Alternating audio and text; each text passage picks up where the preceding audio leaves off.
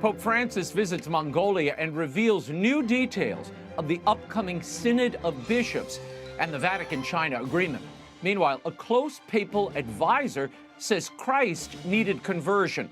Editor of Catholic World News, Philip Lawler, reacts to these stories and more. And a new book claims that feminism and its origins have contributed to the decay of modern culture. Fellow at the Ethics and Public Policy Center, Carrie Gress, discusses her new book, The End of Woman. The World Over begins right now.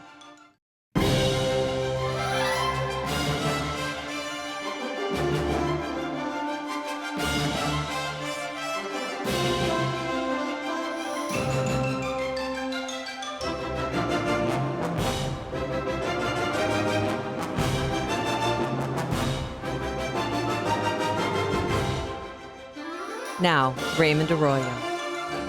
A warm welcome to all of you joining us in the United States and the world over. If you'd like to comment on tonight's show, send me a tweet. I'm at Raymond Arroyo, at X, I guess now, no longer tweets. They're all X's. All my X's live around the world. With the Synod of Bishops only a month away, Pope Francis made an apostolic visit to Mongolia last week. Now, Mongolia has a very tiny Catholic population, but its location in East Asia between Russia and China make it geopolitically significant. Pope Francis did manage to make headlines, even if he visited a very small Catholic population. Here with analysis is the editor of Catholic World News, visiting fellow at New Hampshire's Thomas More College, Philip Lawler. Philip, thanks for being here.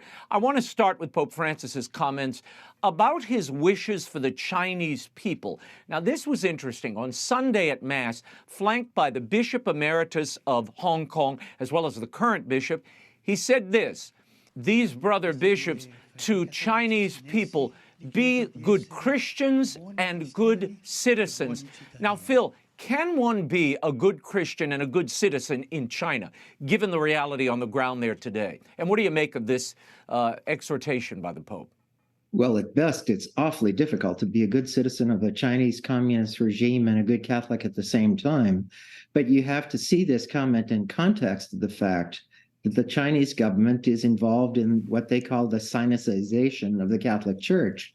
That is making the church loyal to the Chinese regime at the expense of loyalty to the universal church. And so that redoubles the difficulty of being a good citizen and a good Catholic. You also have to bear in mind that this same Chinese regime that they're being asked to obey, and that's what it is, it's obedience to the regime. This same regime refused to give permission for any of the bishops from mainland China to go to Mongolia to meet with the Pope. And that tells you something about the attitude of that regime and the corresponding, well, frankly, the weakness of the reaction from the Roman pontiff to what's at best a disrespectful attitude towards the Vatican. Yeah, well, and a murderous attitude toward the faithful in China. But on Monday, on the papal plane back to Rome from Mongolia, Pope Francis addressed this China situation again. He insisted that relations between the Vatican and China are going very well. He said this, quote, relations with China are very respectful. Personally, I have great admiration for the Chinese people. They are very open people. There is a commission to nominate bishops that works in collaboration between the Chinese government and the Vatican. A dialogue has been open for a long time. I think we have to move forward in the religious aspect to understand each other more so that Chinese citizens do not think the church does not accept their culture and their values and that the church represents another foreign power. This friendly road is well traveled by the commission, chaired by Cardinal Pietro Parolin. They are doing a good job, even the Chinese side, a good job, end quote. Phil, can you decode that? And what of the news that the Vatican and China have this apparently long-standing commission to appoint bishops? Well, let me pick out a couple of phrases from that statement by Pope Francis. One is when he said, the relations have been very respectful or are very respectful. Well, they're very respectful in one direction. The Vatican has been very respectful of Beijing. It is not mutual.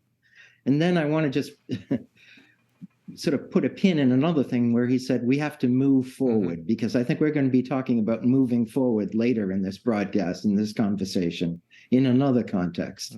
But when he talks about the commission, there is a secret agreement between Beijing and Rome regarding the appointment of bishops. We don't know what that agreement stipulates. Apparently, there's a commission to appoint bishops. Here's the problem. They haven't been appointing bishops. It's very, very slow going.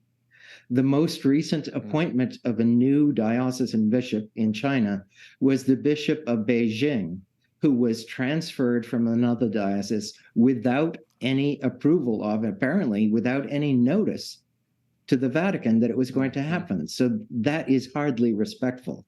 The same Cardinal Parolin said it looks as if the Chinese government, the Chinese regime, is simply ignoring the terms of the agreement.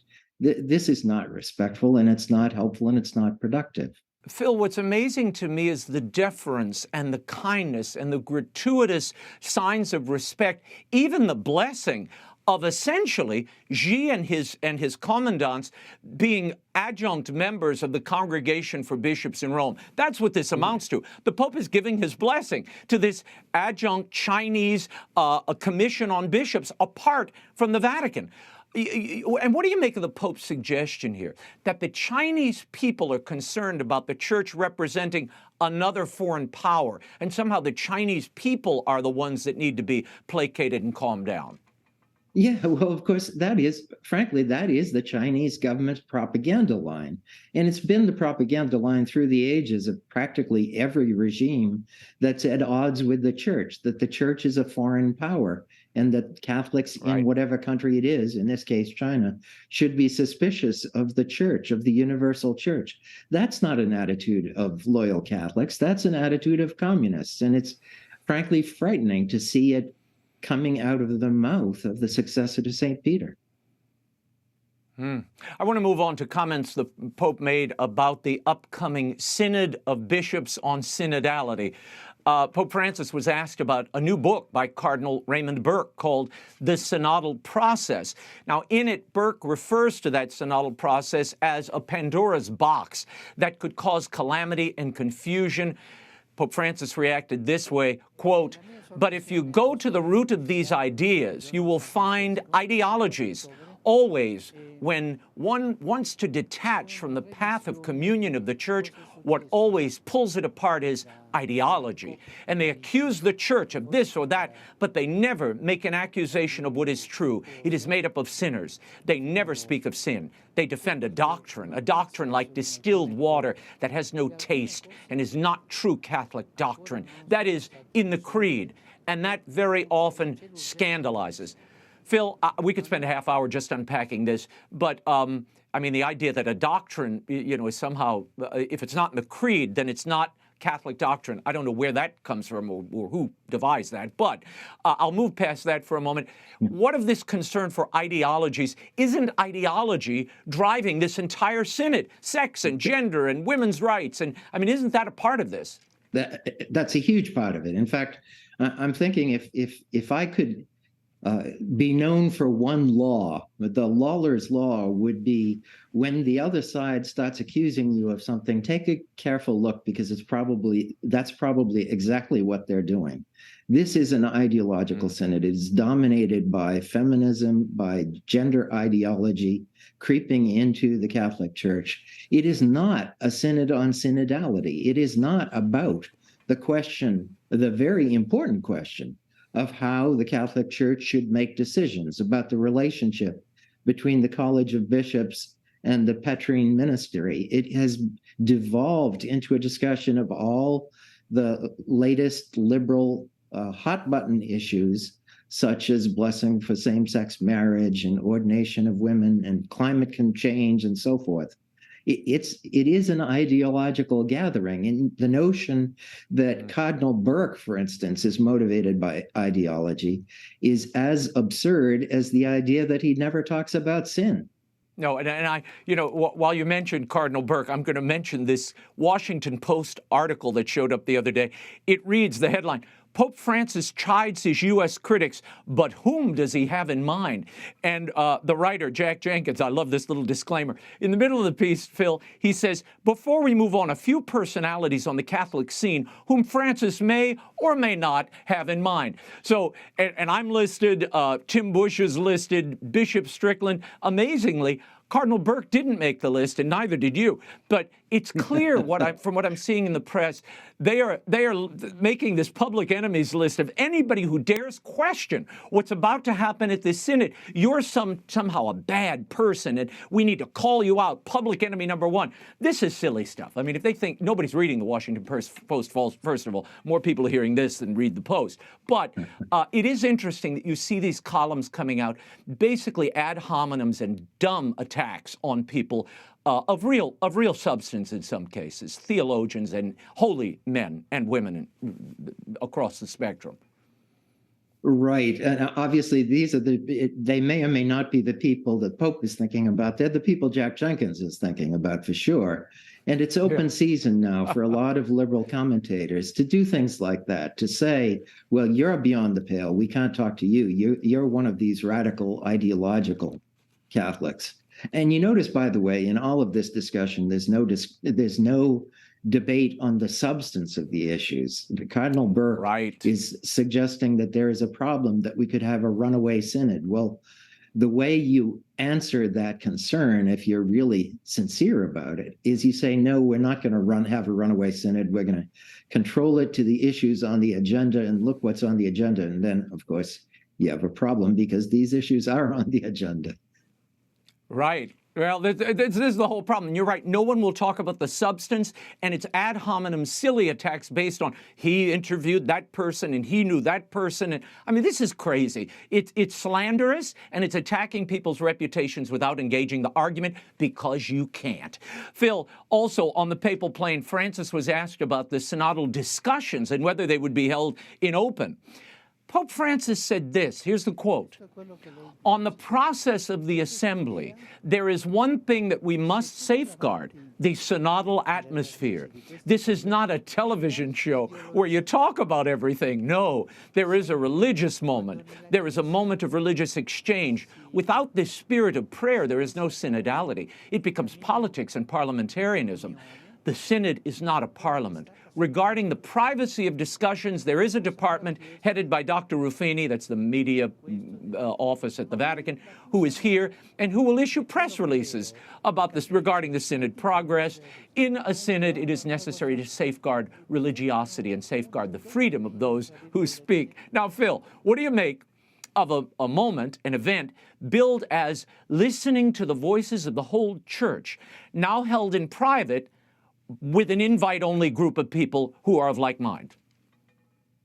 Well, it's contradictory, but then it's not the first contradiction. This has been from the get-go a synod that is advertised as being open to everybody, but in practice, the people who are invited, the people who are sort of let through the various filters, the people who are invited, who are involved in writing up the preparatory documents, that's all fairly tightly controlled.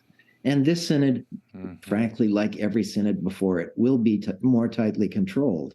The restrictions on press access or public access, to me, are most significant because the last few synods have seen outbursts. The one most dramatic, I wish I'd been there, was Cardinal Pell, the late Cardinal Pell, slamming down something on his desk and saying, "You must stop manipulating this synod." That doesn't make good TV for the people who are trying to control the process. Right. Yeah. And I was about to ask you, why can't the church hear and watch these discussions if this synod is so important, so seminal? And look, if we're worried about protecting religious moments and moments of prayer, if that's what this is, then we should stop broadcasting papal events and all those papal meetings. Those are allegedly religious moments too, right? Of course. And what I don't understand this. Are you afraid, if you want a prayerful atmosphere, are you afraid of the public seeing people in a prayerful atmosphere? I don't understand that concern at all. Yeah, I think you're right. They're afraid of seeing any break in the narrative that's being advanced here. And Phil, the Relator General of the Synod, Belgium Cardinal Jean-Claude Holrich, he defended this week what he calls a protected space of non-public deliberations, end quote, for the Synod on synodality. He said this protected space would be necessary for free debate. Why keep these discussions hidden? If they're matters of such importance, and particularly when they will greatly affect the faithful, shouldn't people be able to hear what the church is deciding for them? Yes, and if you want the Holy Spirit to move freely, don't you want as many opportunities as possible for someone to be inspired by the Holy Spirit? It's a protected space, to me, is sort of the opposite of an openness to the Holy Spirit. Phil, I want to get your take on a recent meeting the Pope had early in August with Jesuits during a visit to Portugal. This was just released this past week. A Portuguese Jesuit who had spent some time in the United States asked the Pope about the criticism coming from conservative and traditional Catholics and Catholic groups in the United States. Pope Francis did not mince words. He said, "Those American groups of which you speak, so closed, are isolating themselves. And instead of living by doctrine, by the true doctrine that always develops and bears fruit, they live by ideologies. But when you abandon doctrine in life to replace it with an ideology, you have lost. You have lost as in war." Phil, the Pope also laments the focus on sins of the flesh, or what he called sins below the waist, over social justice concerns. Your reaction to these broadsides against traditional Catholics? You notice, again, there isn't much substance. It's, I'm sorry to say, name-calling. You notice also that, once again, the Pope is talking about ideology, when, in fact, what people like us are worried about is the increasing ideological control over the agenda of the Vatican. And when he talks about pelvic issues dominating our consciousness, look at the issues that are coming up in discussions again and again and again on this Synod of Bishops, starting with homosexuality, same-sex unions, feminism, etc., abortion, it's contraception, it's the pelvic issues. If we're talking a lot about those issues, it's because somebody else opened the conversation.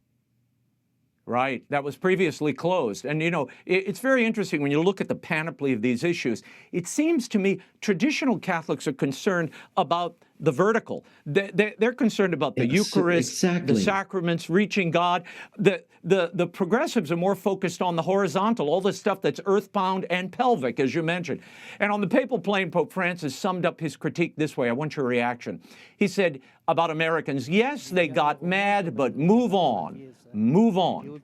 Phil, I guess those American faithful just need to get over it and follow the German church in quiet. Or maybe they should enslave, whole populations as the Chinese do, and maybe they'll be treated with a little more respect. Or Genghis Khan, who the Pope had some praise for him while he was in Mongolia. I don't think I'll be a successor to Genghis Khan in that respect. But notice again here, he's saying move on. As I earlier highlighted, his saying move forward. It's don't look back. Don't look at what I've said that might have upset or angered or outraged or offended these loyal American Catholics. This is one of those instances where, there's a big difference between saying, I'm sorry that I offended you, and saying, I'm sorry you were offended. In the one case, you're admitting that you did something that caused offense. In this case, he is not. He's not reaching out to us. He's not reaching out to those of us on the peripheries and showing his concern and care for us. He's saying, get over it. Yeah. Speaking of moving on, Father Antonio Spadaro, a very close confidant, indeed the ghostwriter for Pope Francis for many of his encyclicals, made some rather interesting comments regarding Christ and the woman at the well from the Gospel of Matthew. Spadaro, in what appears to be a homily in an Italian periodical, describes Jesus as, quote, indifferent and then stymied and callous regarding the woman's plight. He goes on to say Jesus' conversation with the Canaanite woman was marred by the, quote, cultural rigidity of the time. Spadaro finally argues that the woman upset Jesus' rigidity in order to convert him to himself. I'm going to read the quote. And Jesus also appears healed and in the end shows himself free from the rigidity of the dominant theological, political, and cultural elements of his time. So, Phil, I guess this is a real novel one. Even Jesus himself was rigid and in need of conversion. I mean, this is blasphemy. I don't know what else to call it.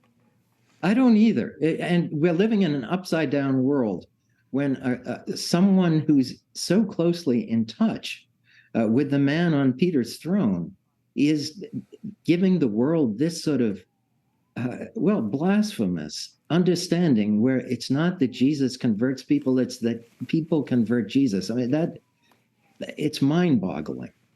And in a better day, in happier days, it would bring immediate consequences, negative consequences for Father Spadaro.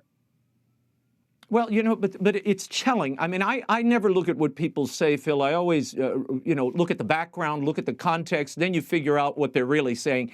It reveals a certain hatred, indeed a disdain, a looking down upon Jesus Christ himself, who you claim to have committed your life to. I mean, look, if I work for you, if I come work for Lawler Enterprises, and then I go out and I say, that Phil Lawler, he's one rigid guy. I mean, he really needs, what he really needs is a conversion. That's not respectful, loving, kind, or someone you want to model yourself after. This is, I'm just amazed at this statement. But I guess, non-rigidity is the chic of the day, so we all should jump in. Phil, it was also announced recently that Pope Francis will release part 2 of his environmental encyclical Laudato Si on October 4th. I know you're awaiting that drop any moment. I've been sitting at the computer waiting. The feast day of St. Francis. Laudato Si was first released in 2015. Its focus was care for our common home, the environment. Why do you think we need a sequel to the original? And is this an indication of where the Pope would like to take the Synod? Well, to the latter question, yes. The Pope obviously wants climate change is very much near the top of his agenda. And if I know you read the material coming out of the Vatican every day, as I do, and so much of it is about climate change. To the first question, you want to know why we need another encyclical to follow up on the first one, which is already one of the longest encyclicals ever written. I can't answer that question. I don't feel need. Maybe you do. I'll have you back to summarize it. Give us the cliff notes for the audience in October. Phil, in late August, Pope Francis chose a pro-abortion, pro-LGBT Argentinian judge to head a new Vatican Institute for Social Doctrine. Former Supreme Court Justice Raul Eugenio Zafar. He was chosen to lead the newly created body that will deal with social justice and colonialism. Now, this gentleman has been accused of renting out apartment property he owned to a brothel. He exempted a pedophile from prison time. The list goes on. I don't want to get too graphic here, but what does this appointment tell us? Again, this man was hand-selected by the Pope. It tells us about the Pope's priorities, and it tells us that these issues that should be disqualifying for anyone just don't figure very prominently in the Pope's priorities and in what considerations he weighs when he chooses someone for an important position like this. Why does he choose this man? It has to be because he's ideologically compatible on other issues. I bet you would find that he's okay with the Pope on climate change, for instance. Mm-hmm.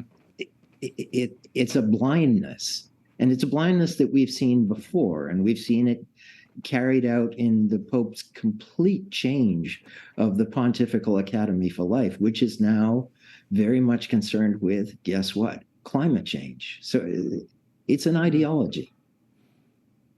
Wow. Before we go, I want to get your reaction to a story we've been following, the residential schools controversy in Canada. For 2 years, we've been reading really horrendous, salacious stories about hundreds of First Nations children allegedly buried en masse in unmarked graves by individuals who ran these Catholic institutions. There have been apologies issued, etc. Excavations at the sites of these institutes have been ongoing, Phil, and to date, they've recovered 0 human remains. Phil, the question is, how did these accusations come to be, and why have they persisted for so many years without any evidence? Who's been pushing this narrative? It's an anti-Catholic narrative, and it's open season on the Catholic Church in Canada and in many other places, but it's pretty advanced in Canada. And you've had a political movement, the thrust of which is to blame the Catholic Church for all the ills of the residential schools. And the residential schools definitely had problems. I'm sort of appalled by the history of them myself. But let's keep in mind how they were established. They were established by the Canadian government, which handed them over to religious congregations to run them, and then didn't give them enough money to work with. So yes, there was inadequate food, inadequate housing, inadequate everything. Maybe inadequate burials. There may have been mass graves. I don't know. But to pin all of the blame on the Catholic Church and then to insinuate that Catholic religious were murdering children and burying them in unmarked graves is libelous. And it's very frustrating to me that we've had no pushback from the Catholic leadership in Canada, but merely apologies. Yeah, and it should be noted that First Nations officials have never said there were mass graves at those sites, which is, you know, it does beg the question, where did this story come from and who's interested in pushing it? A good question. No friends of mine, no friends of the church, and apparently no friends of truth. Yeah. Phil Lawler, we will leave it there. Thank you so much, as always. Catholic World News editor Phil Lawler's reporting and commentary can be found at catholicculture.org. Thank you, Phil. Thank you. And we are less than a month away from the release of my new Turnabout Tale, an historic picture book I cannot wait to share with you. It's called The Magnificent Mischief of Tad Lincoln. It tells the little-known story of President Lincoln's youngest son, who was not only a source of comfort and joy to his father at his darkest moments, but together they established a national holiday tradition we continue to this day. What I love about it is it's a story of mercy and forgiveness and the power of a child in a parent's life. And boy, do we need that today. It also shows how a child can affect a nation. It's the perfect holiday book and family read. It's available now to pre-order at the EWTN catalog, EWTNRC.com, Amazon, Barnes & Noble, wherever you buy your books. It goes on sale October 3rd. The Magnificent Mischief of Tad Lincoln. I know you and your family are going to love it. And it's the latest in my Turnabout Tales series, which talks about challenges faced, decisions made, and history turning in these young lives. My next guest is a fellow at the Ethics and Public Policy Center in Washington, D.C. She is also the editor of the online women's magazine, Theology of Home. She's turned her attention toward feminism and the anti-patriarchy movement that is currently so prevalent in the culture. Where did feminism come from, and how has it developed into what we're seeing today? She's the author of the new book, The End of Woman: How Smashing the Patriarchy Destroyed Us. Please welcome again to the program, Carrie Gress. Good to have Raymond. you, Carrie. Thanks so much. I'm going to get to the book in a moment. Great to see you. But first, I want to talk about this cultural phenomenon happening right now, the Barbie movie. I mean, it's made over $1.38 billion at the box office. It's become a girls' night out favorite with women, old and young. It is the highest grossing film in Warner Brothers history.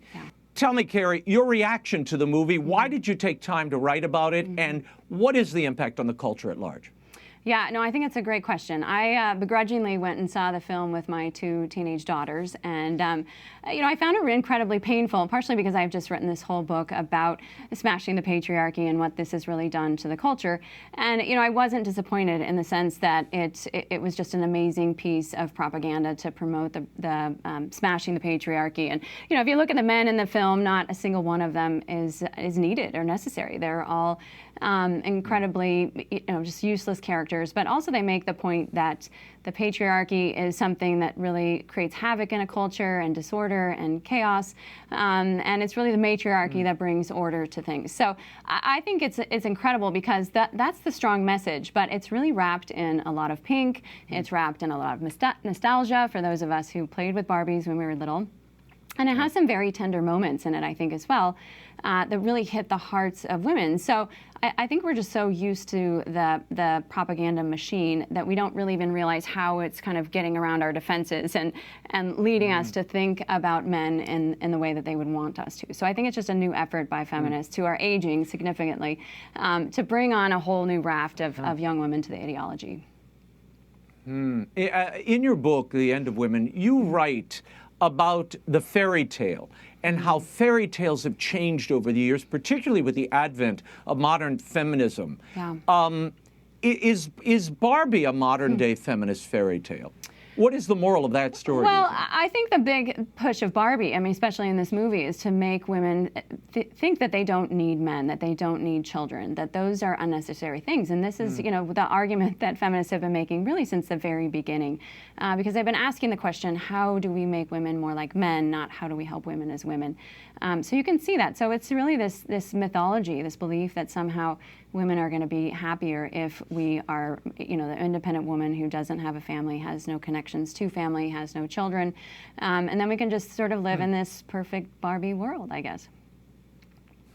Where do these new fairy tales have their roots? I mean, you identify sort of the founding myth, if you will, for much of what we're seeing and have seen over the years. Yeah, I went back to first wave feminism, and I was struck, you know, so much over and over again by the things that I found there, because I had been told that first wave was relatively, you know, intellectually pure.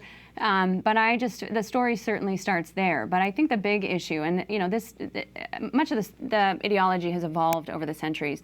But I think the big piece really came about when feminism linked arms with communism, and men were suddenly made automatically the oppressors, and women were made the victims. And that changes the script a lot when you have women and men, you know, have this kind of automatic animosity towards one another, and that's what we've been living through and living with for, you know, at least the last 50 years, but actually it goes back much further than that, I think, and that's what I explore in the book. Yeah, and you write in the book about how feminism has flipped the notion of what once were considered virtues and vices in classic fairy tales. Give us some examples of that. How in our, you know, the stories we tell our girls, the stories we tell our boys, how it's kind of laced with this revisionist thought that at times you say is counter nature. Yeah, no, absolutely. I mean, I think one of the biggest pieces is envy. I think our whole, the women's movement has been built upon envy and this sort of this weird schizophrenia that women have with men. You know, we want to be just like you, but we want you to become just like us, but we also hate you. You know, it's this very odd dynamic going on. So you know, this is something you can't possibly build a culture on is resentment. This is not, or envy, where you are wishing the ill upon others. And that, you know, that's what's loaded in the whole notion of smashing the patriarchy is this idea of getting rid of men. I mean, this is not a new idea. It actually has some very deep roots in the 70s and onward. So those are the kinds of things that are being flipped. Carrie, why did you title the book The End of Woman? Is the situation that dire? No, well, I don't know if it is or not. It's hard to tell. But I think I called it that because of the fact that what we're really doing is erasing women. What we're doing is getting rid of the virtues and the beautiful things about women, things like motherhood, whether it's biological, psychological, or spiritual, and supplanting them with these values that are, you know, aren't really, they don't work with human nature. And this is what we're seeing certainly in the trans movement, where, you know, a man puts on a dress and some heels and says he has the right feelings, and suddenly we're all supposed to pretend he's a woman. But that in no way, obviously, is really a true reflection of what authentic womanhood is. You also write about women's happiness and a dramatic 2009 study issued by the National Bureau of Economic Research, and it revealed that women are not growing happier as feminist ideals are sort of embraced. What do those findings tell you about the movement and the things it promises to women? Why aren't women happier? Yeah, I mean, this was 2009, and since then we've seen statistics just continually grow worse. Women are having, the numbers of depression, of suicide, of substance abuse, all of these kinds of things point to some incredibly unhappy women. And, this is what you wouldn't expect from a movement that's so popular and that so many women adhere to and think is really good for women. But this is what's really being hidden from women, is the truth about it, because of course the feminist movement is pushing against our human nature. It's trying to deny that fundamentally. And so, what are you going to end up with? Some very unhappy women, because of course we're not doing the things that we're fundamentally meant to do, which is love and care for others. Yeah, Carrie, there is a backlash, though. There is a counterculture, if you will. I mean, I see a rise of younger people, younger men and women who are embracing love, marrying young, having families, attending, I know I'm not supposed to say it, traditional masses, a reaction to what is perceived as an emptiness being offered by this culture and this modern culture and this kind of feminist thought. Is that growing? Do you see that sector of the population growing as a reaction to what they've been fed all along? No, absolutely. I mean, I think we're seeing a lot of this. People are very fed up with it and trying to figure out, why are we not happy, and saying, what was wrong with all these things that you've told us to get rid of? In fact, homemaking itself is such a dirty word, and yet all the things about homemaking are now back in style. So it's incredible to see the reaction, and I think people are moving in that direction. And it's amazing to think that, the people that are doing something really radical are actually just having a family and going to church. So I think there's a lot of hope, and I think actually that's one of the reasons why the Barbie movie was released when it was released, because other people are noticing this too, and they're realizing, like, we can't have all these young people sort of outside of our narrative and acting in their own independent ways that we haven't sanctioned. Yeah. A study by the American Sociological Association finds that 70% of divorces are being initiated now by women. How does this relate to the happiness statistics we spoke about a moment ago? And are women increasingly unhappy because they're married? Or are these marriages failing because of an overall lack of happiness? Yeah, I think that's a great question, but I know some of it has to do with the fact that women have really bought into this kind of consumeristic approach to relationships. I mean, we often don't have great role models. We also have sort of the whispering tribe of friends who may or may not be married, or also who are divorced, who are saying, you're going to have a much better life without this man, or if you didn't have these kinds of commitments. So I think that's part of the problem of just what the culture itself is telling women, that the grass is always greener, and that there's something to be said for going out and looking rather than just persevering through the way that people have in the past and really found kind of deep satisfaction with people that have been married 30, 40, 50 years, the beauty with that. Instead, when the going gets difficult, then it's easy to decide that you want more girls' nights or whatever. You also, Carrie, you talk about something called bureaugamy, which is a new kind of chic term that some of the young are embracing, or single rather, a term coined by a sociologist. Where did this bureaugamy idea arise, and what does it mean for those who might not have heard of it? Yeah, so bureaugamy is really just this idea that a woman is married to the state or to the government, and it came about because this is what we're seeing, especially among the poor in our culture. Marriage itself has actually become kind of a status symbol, like something to which women aspire, and not all women are going to be able to achieve that. And so a lot of these women just give up, or they just find themselves pregnant, and there's no husband or boyfriend around to raise the child. And parenting and motherhood put you in a very vulnerable position. And so somebody's got to help out. And that's what we're really seeing in the United States, especially among the poor, is this long-term relationship with the government. And that's become the norm, much more so than the old-fashioned idea of raising a family as a married couple. Wow. So the government as spouse. It's really frightening. Yeah, it is. In the book, you highlight women who are abused and were abused, some of whom went on to become leaders in the feminist movement. You state the following, quote, among nearly every woman involved in feminist thought, from Wollstonecraft and the early suffrage movement to Simone de Beauvoir, Betty Friedan, Kate Millett, on and on, Gloria Steinem. The common thread is that all these women were broken either by parental abuse, sexual trauma, drug use and abuse, and mental illness. Some of these women experienced all of these wounds. Is feminism largely a reaction to those kinds of abuses that you mentioned there to women throughout history? Yeah, no, absolutely. I mean, this was one of the shocking features I found of the movement, was that from the very beginning, you have all these women who are incredibly broken, and their reaction is not, well, maybe we should, go back to something that is actually protecting women. Instead, they just start pushing more and more towards a liberalization of laws and mores and scuttling the very things that actually have protected women in so many respects over, throughout the centuries in healthy societies.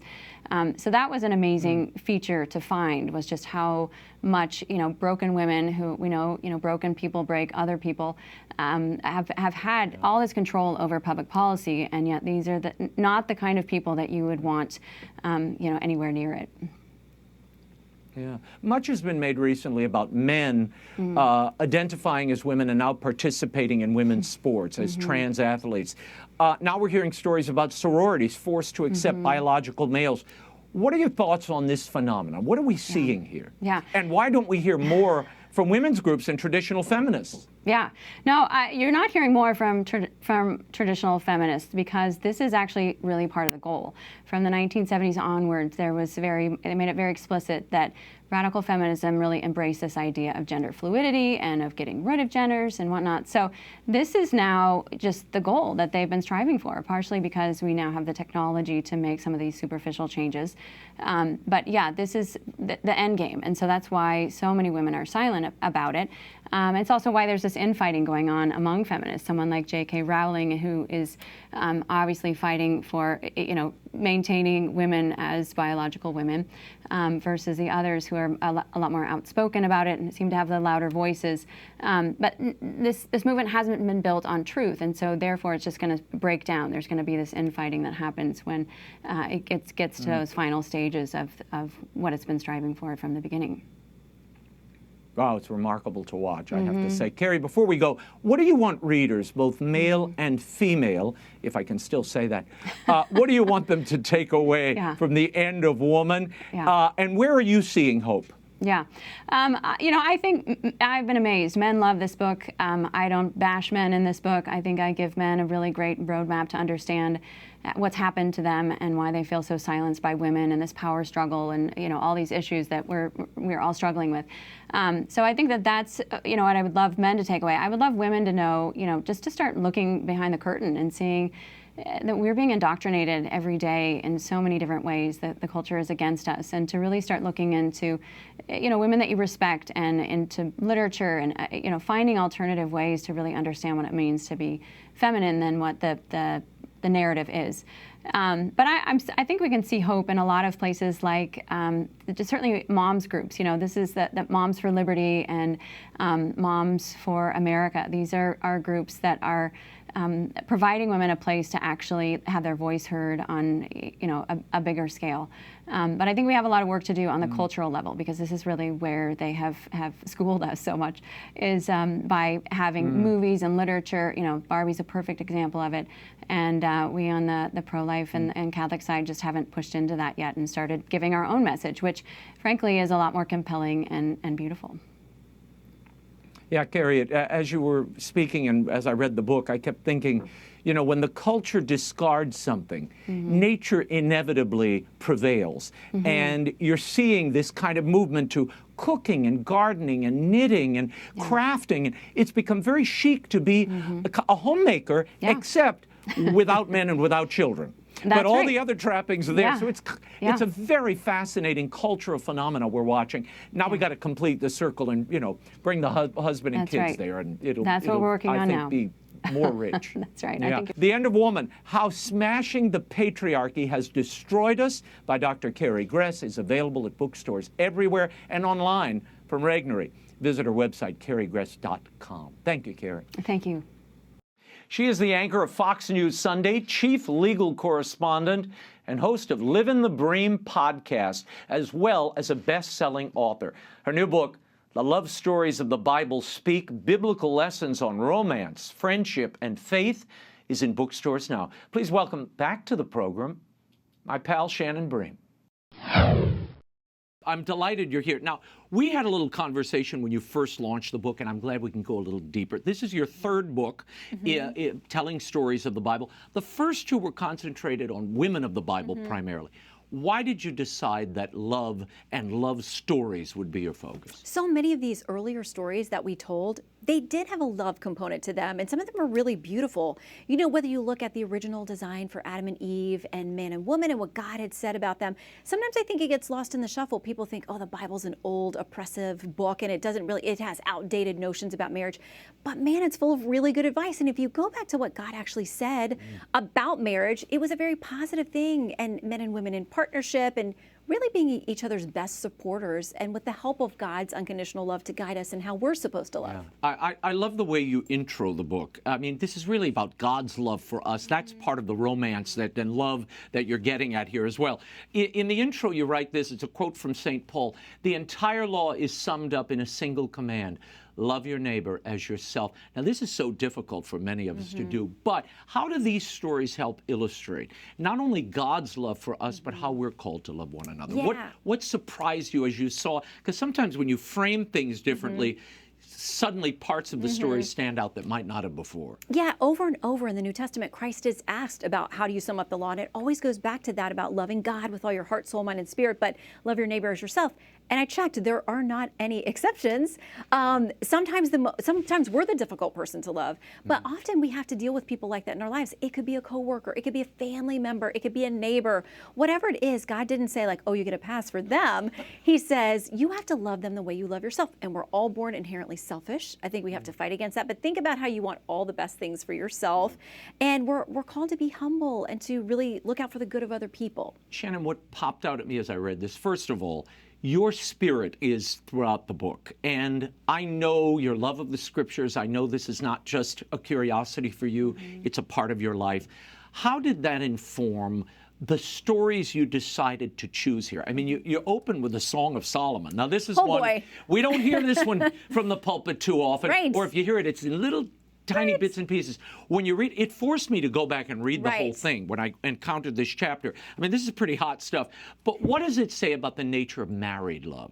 Well, that God is not surprised about our passion for each other or that we would have desire for each other. That's how he created us. And I feel like he's endorsing it all throughout the Bible, but really by including this book, it's clear that he wants us to nurture the romance in our lives. And we look at these two people who are yearning to be together, but they want to do this the right way within marriage, and they're working to all those things. But I just love the language is so flowery about your teeth like goats and your arms like bands of gold. I mean, there's a reason this is included, and I always think, gosh, I got to up my game on these lunchbox notes and that kind of stuff. It can't just be, have a great day, XO.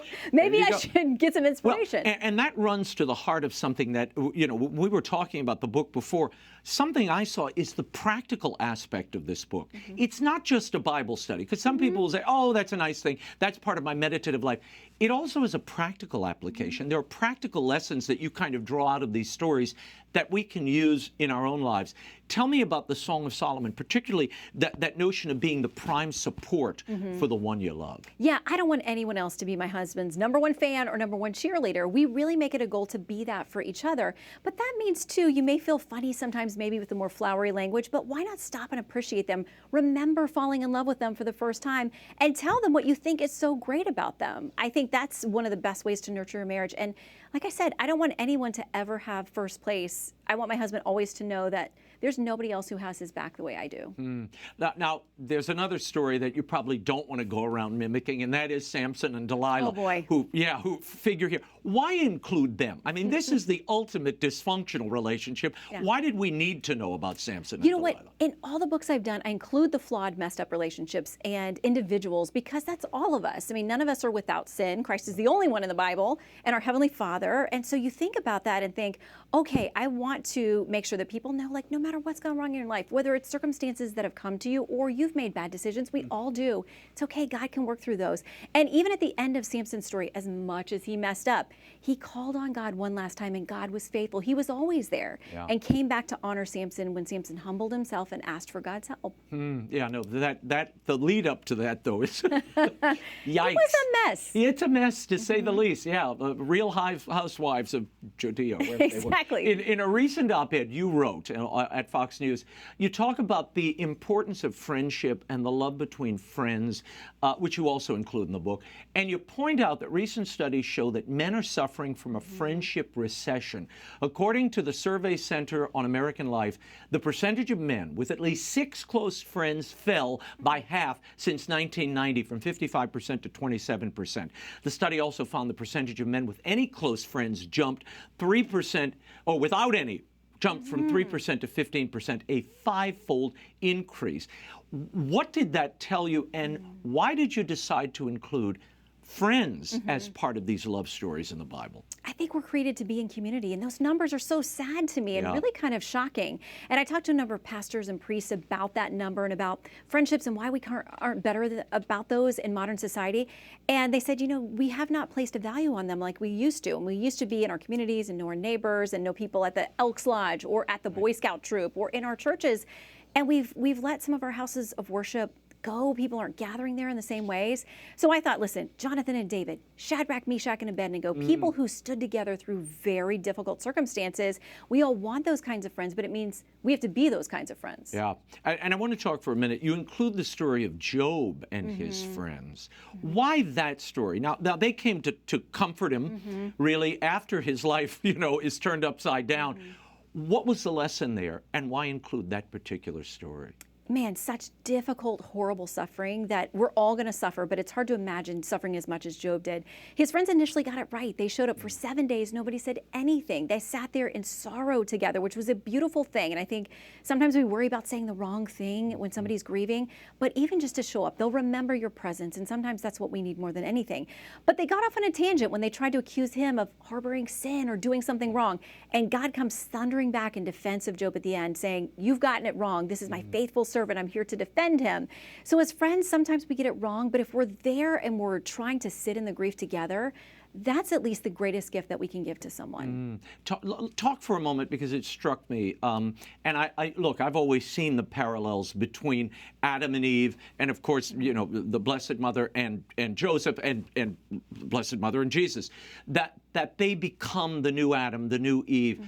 Talk to me about that, and why, because you pit the two stories, if you will, against each other, and it enlightens them in a new way. Yeah, so Adam and Eve were the beginning of humanity, and gosh, God had an ideal situation for them in their relationship, the physical environment they had, all of those things. And then there were so many tragedies, sin, and other losses that came to them. But we see, with Mary and with Joseph, they come together as the new birth, bringing the Messiah into the world, and it's a new opportunity. He's the new Adam. So, he's going to be the sacrifice that covers for all the mistakes that Adam made. That's one person who took us down the wrong path. But with Christ emerging and coming, he's the one person that will then, fully God, fully man, save us from our sins and the mistakes of the Garden of Eden. Yeah, and Esther is included here as well, who you've talked about before.